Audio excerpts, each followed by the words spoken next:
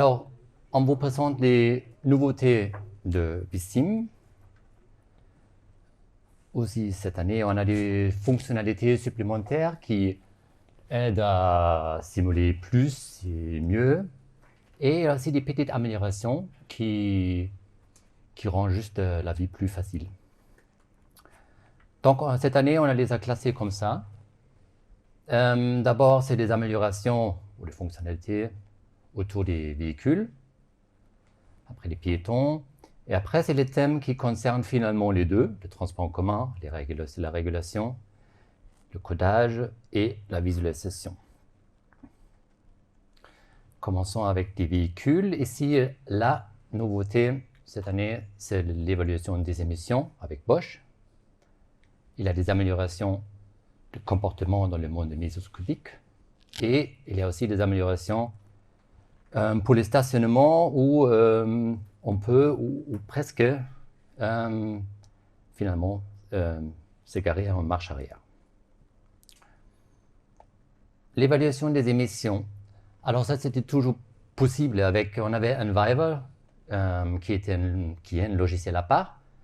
Donc après la simulation, on a pris les fichiers FZP, donc les historiques des véhicules, les gros fichiers, qu'on a importé dans le logiciel Enviver, qui nous a calculé les émissions, une valeur globale pour les périmètres, mais aussi, on voit là un peu la carte géolocalisée, donc en haut, où ça se trouve.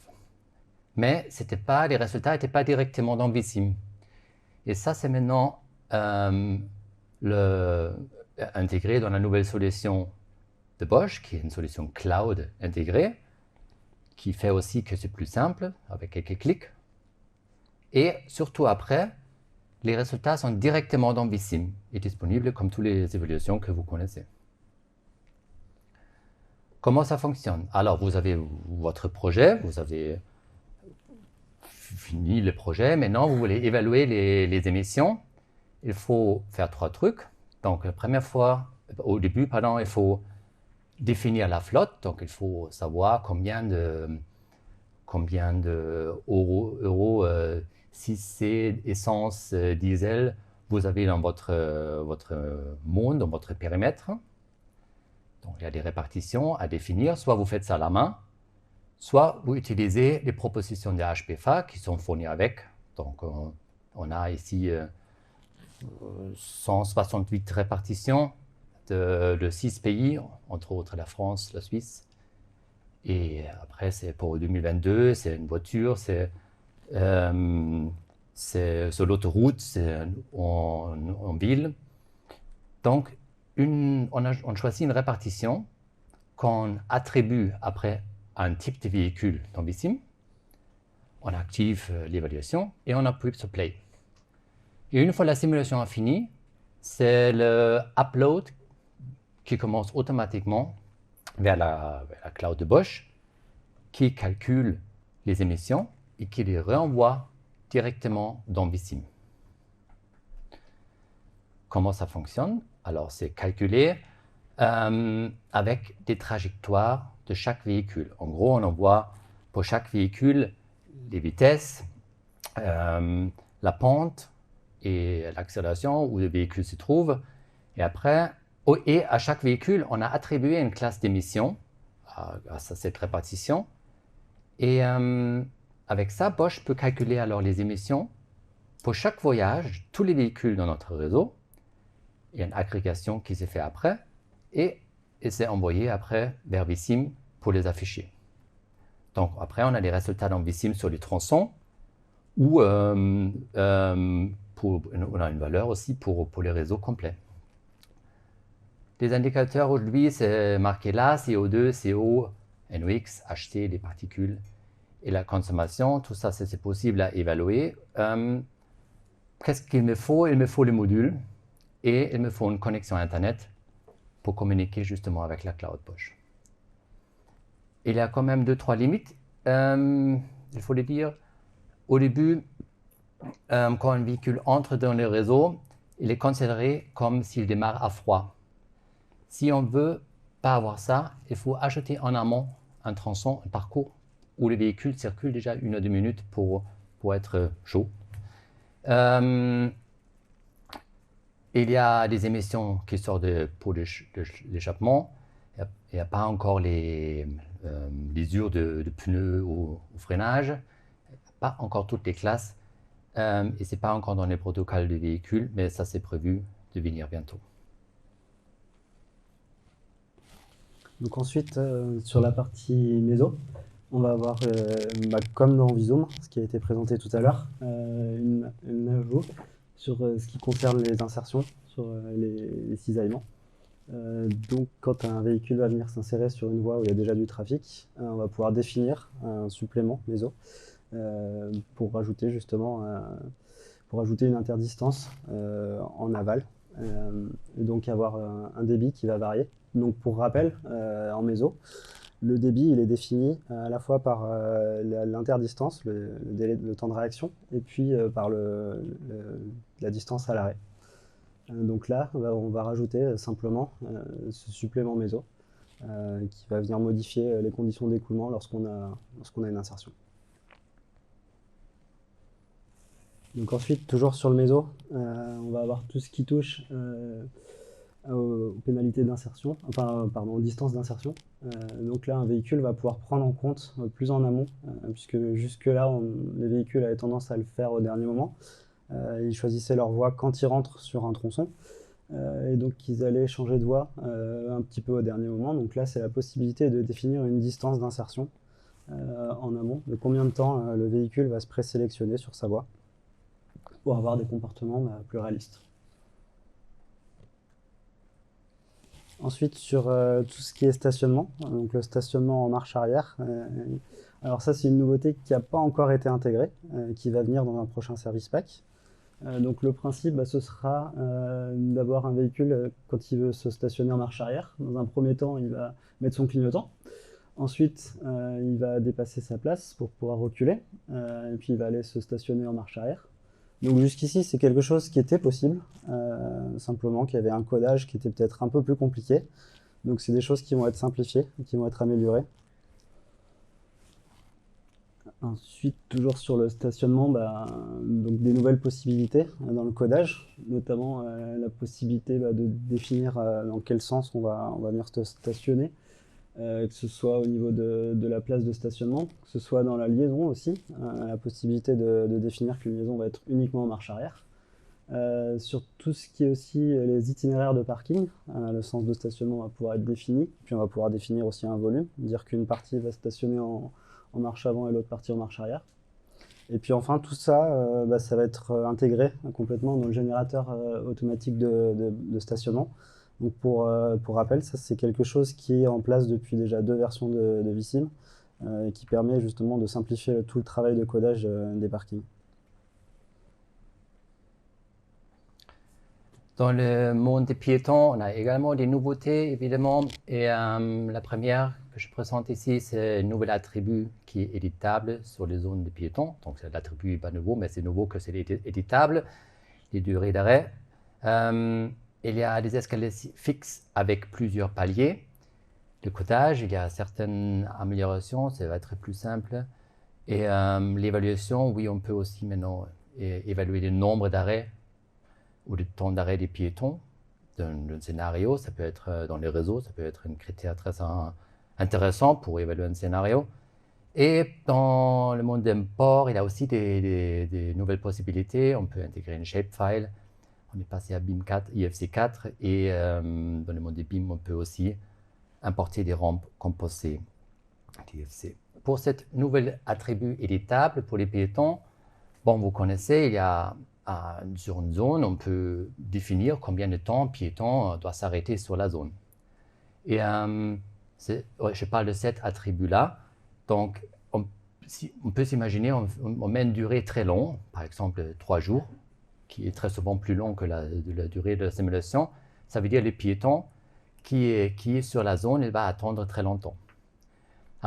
Comme c'est maintenant éditable, on peut le modifier avec l'attribut modification d'attribut et dire, OK, sous une certaine condition, je le mets à 0, sinon il garde son valeur.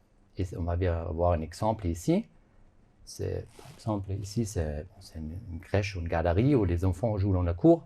Ils ne jouent pas vraiment ensemble, mais ce n'est pas le but. Il y a la mère, après aussi une père qui va venir, qui cherche son enfant.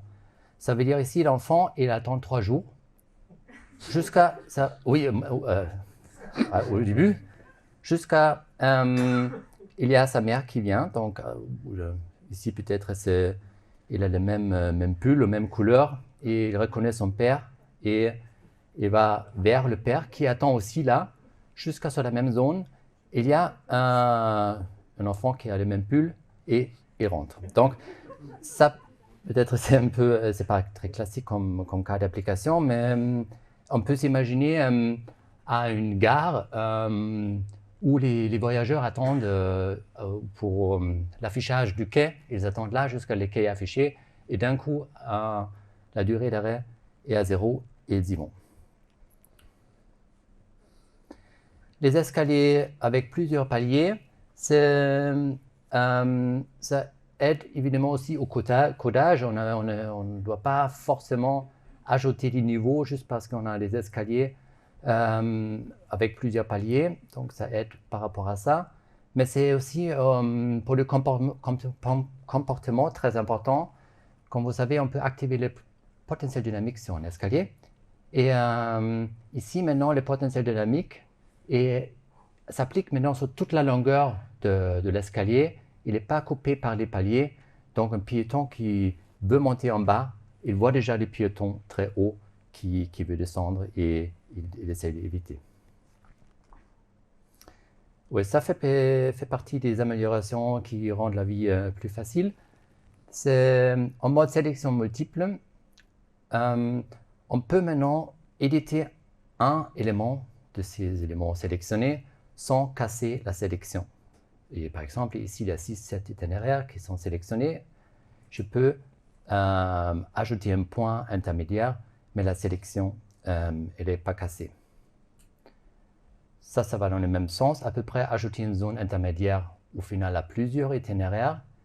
Après avoir sélectionné les itinéraires, on a accès avec un simple clic droit à ces menus-là qui dit « Ajoute-moi un point commun pour tous les itinéraires » que je peux placer avec un clic sur une zone intermédiaire.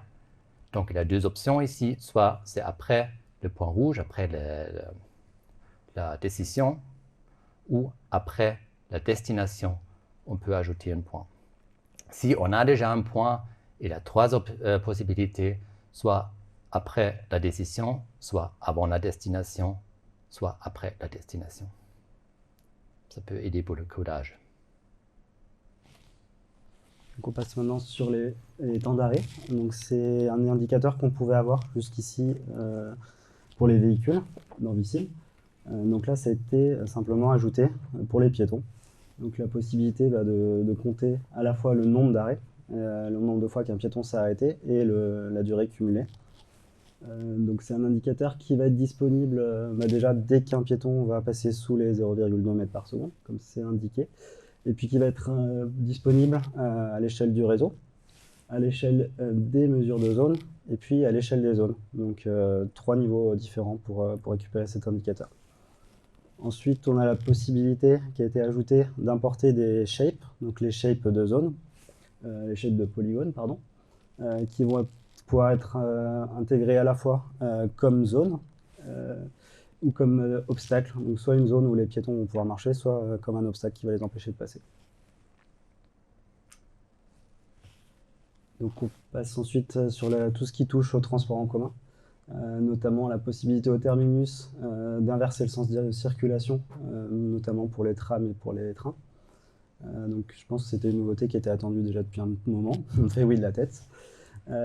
Ensuite, sur tout ce qui touche à la répartition des descentes, la répartition sur les différentes portes, notamment avec si jamais on avait des parties du véhicule qui n'allaient pas accueillir de voyageurs. On a aussi la répartition des montants, comment ils vont se répartir sur le quai, donc des nouveaux outils pour mieux gérer ça. Et puis enfin, tout ce qui touche au choix des lignes, donc qui va être possible sous forme de formule. Donc sur les demi-tours, comme on peut le voir là sur l'exemple, le train arrive ou le tram et puis il va repartir dans l'autre sens. Donc c'est quelque chose qui va être activé au niveau de l'arrêt. On va pouvoir définir au niveau de l'arrêt la possibilité de repartir dans l'autre sens. Ça aussi, on va pouvoir après gérer les trajectoires des lignes. Soit on va gérer toute la trajectoire de la ligne d'un seul bloc, soit on peut mettre des itinéraires partiels. Donc quand le train repart dans l'autre sens, à ce moment-là, on peut le rerouter. On va avoir un routage dynamique.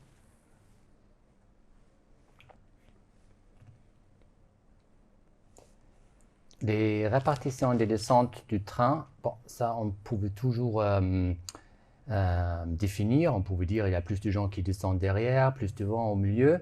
Mais il y avait parfois des voitures où il n'y avait juste pas de piétons parce que c'est là où on stocke des bagages ou c'est une locomotive. Donc avec ici maintenant, on peut dans la liste des segments définir où est-ce qu'il n'y a pas de piétons, ce qui impacte finalement, influence la répartition des descentes. Il y a moins de centres qui descendent au proche de ces éléments-là, ces zones-là. Ça, c'est répartition des voyageurs c'est l'autre sens, qui veulent monter dans le train. Donc, jusqu'à maintenant, les véhicules se répartissent presque de la manière homogène sur une zone d'attente. Et parce que très souvent, ce n'est pas vraiment réaliste, on voulait le changer. On était obligé de mettre beaucoup de zones d'attente avec beaucoup d'itinéraires finalement pour impacter ça. Et ici maintenant, on a sur la zone d'attente l'option attribuer une répartition des distances. Et quand un piéton met alors son pied sur la zone d'attente, et on lui attribue une distance par cette répartition, et le piéton sait alors s'il est paresseux ou pas, s'il doit marcher loin ou pas, et il cherche sa position par rapport à cette distance. Comme ça, on peut simuler que les piétons qui s'arrêtent alors tout de suite après l'accès, une fois qu'ils sont arrivés sur les quais, ils s'arrêtent plutôt, ils ne vont pas vraiment loin. Et ici, dans cet exemple, on peut même, si on le sait avant, faire attendre les voyageurs qui attendent aux positions des portes. Aussi, avec tout ça, j'ai oublié à dire, Patrick va jouer avec vous sur ça demain en atelier. Ça, c'est aussi les personnes qui veulent monter dans le train. On pouvait toujours dire, on pouvait dire définir un volume relatif. On pouvait dire 40 personnes montent dans le train rouge, dans la ligne rouge, et 60% montent dans la ligne jaune. Mais ici, maintenant, on a la possibilité de filtrer selon un attribut de piéton. On peut dire, non, seulement quand tu es rouge, tu montes dans le train rouge. Quand tu es jaune, tu attends le train jaune, qui est très important pour quand on simule une gare à longue distance où un piéton vient pour un train spécifique et pas pour le premier qui arrive au quai. Ensuite, sur tout ce qui touche à la régulation des feux, donc on a des nouveautés à la fois sur la régulation en temps fixe, sur ce qui touche aussi au modèle RBC, et puis à la communication entre les véhicules et les feux. Donc sur la régulation en temps fixe, déjà c'est l'ajout d'une nouvelle séquence, dite séquence de feu suisse, avec le jaune clignotant qui est avant le jaune. Et puis aussi, on a un petit peu comme ce qu'on a pu voir dans Vision, l'intégration du fichier STIG directement en tant qu'objet interne de ViSim.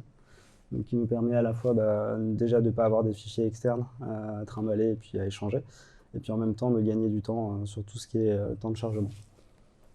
Ensuite, donc sur le RBC, le Ring Barrier Controller, c'est une refonte tout simplement du fonctionnement de ce module, de ce type de contrôleur, avec une exécution du coup qui va être plus rapide et puis qui va permettre aussi des améliorations futures.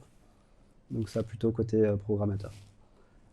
Ensuite, on passe à la communication entre les véhicules et les feux. Donc c'est la possibilité pour les véhicules de transmettre des données à l'ISL, de la prochaine ligne de feu notamment, parmi lesquelles le numéro, le type de voie, etc. Notamment, ça a déjà été implanté par les contrôleurs de type LISA, à partir de LISA version 8, et puis c'est aussi possible avec avec des DLL personnalisés, donc c'est la possibilité de programmer ses propres types de contrôleurs, et donc de prendre en compte cette communication entre les véhicules et les feux. Oui, quelques améliorations ce qui concerne le codage. Choix d'attributs et modification d'attributs. Ici, on a uniformisé la fonctionnalité. Je vais vous montrer ça. On a aussi la localisation, recherche adresse. Dans Vissim, la gestion des licences est simplifiée.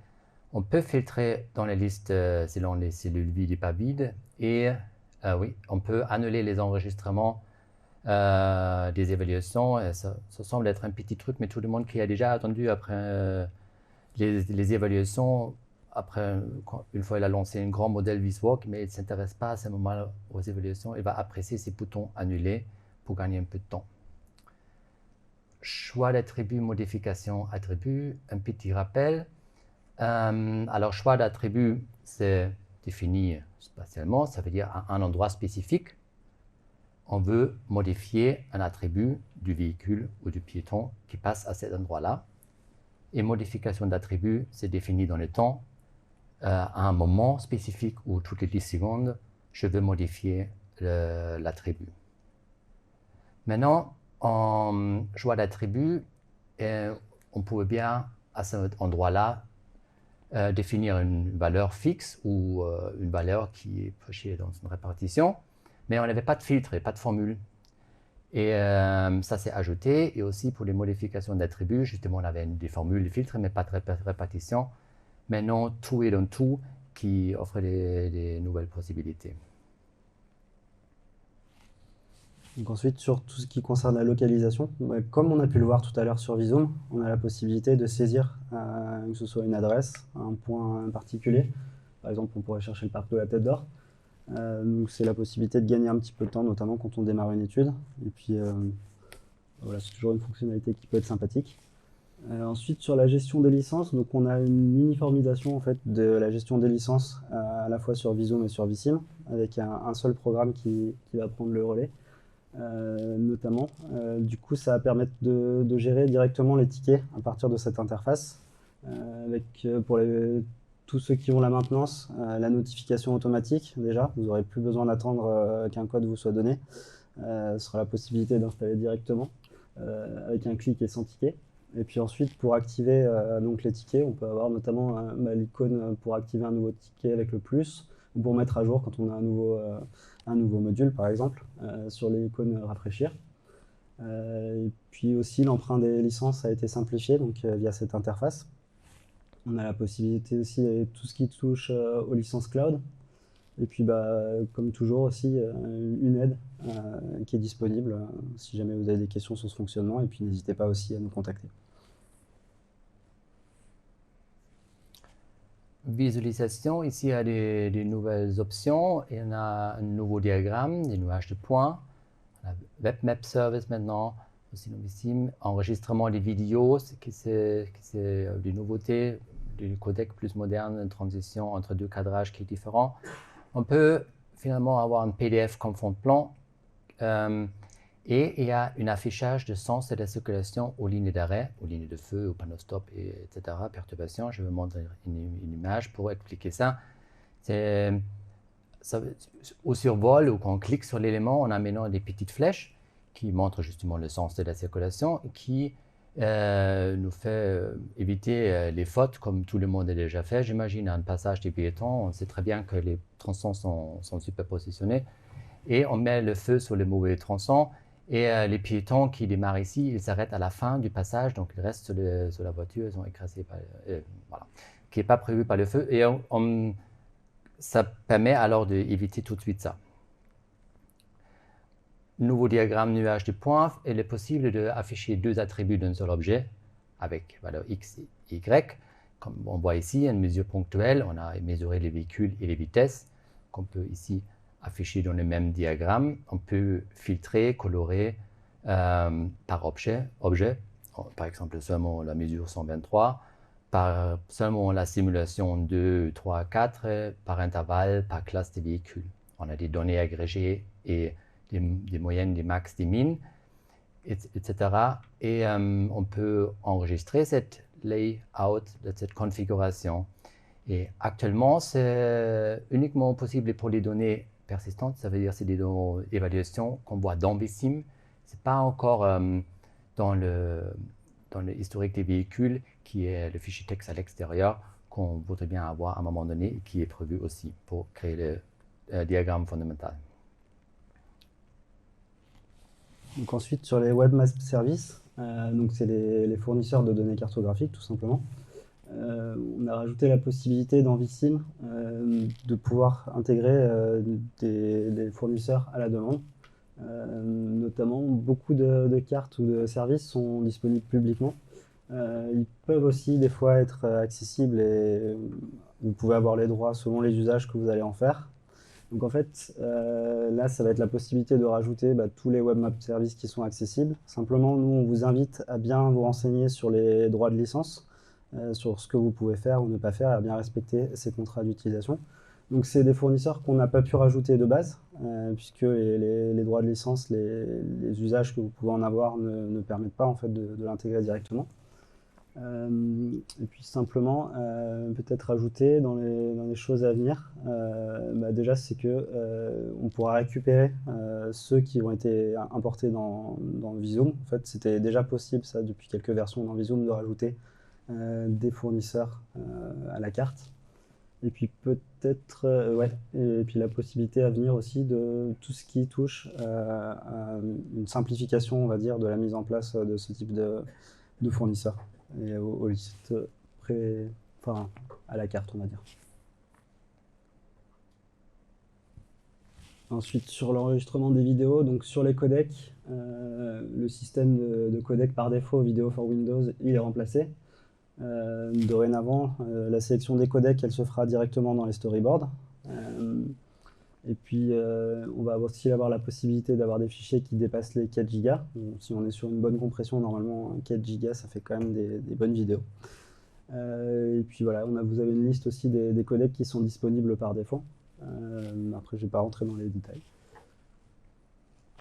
Et puis sur tout ce qui est cadrage aussi, on est toujours sur les storyboards. Donc on a un nouveau type de transition. Peut-être Florian va passer à la slide suivante, on va aller voir en action les deux. En fait, c'est un type de cadrage qui va rester centré sur son objectif, contrairement à l'autre où la caméra part faire un petit tour et puis elle finit par retrouver son chemin. Ici, tout le long, on a bien suivi l'objet qui nous intéressait. Donc c'est la possibilité d'avoir ça entre deux plans.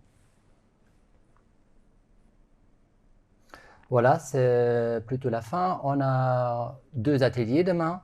Do it yourself, ça veut dire à vous de jouer, à manipuler avec Patrick et Yann à 10h30. Alors demain, c'est avec Patrick, la prise en main de nouvelles fonctionnalités, plutôt orientées piéton. Et à 13h30, demain, avec Yann, vous allez modifier les attributs dans tous les sens, si j'ai bien compris.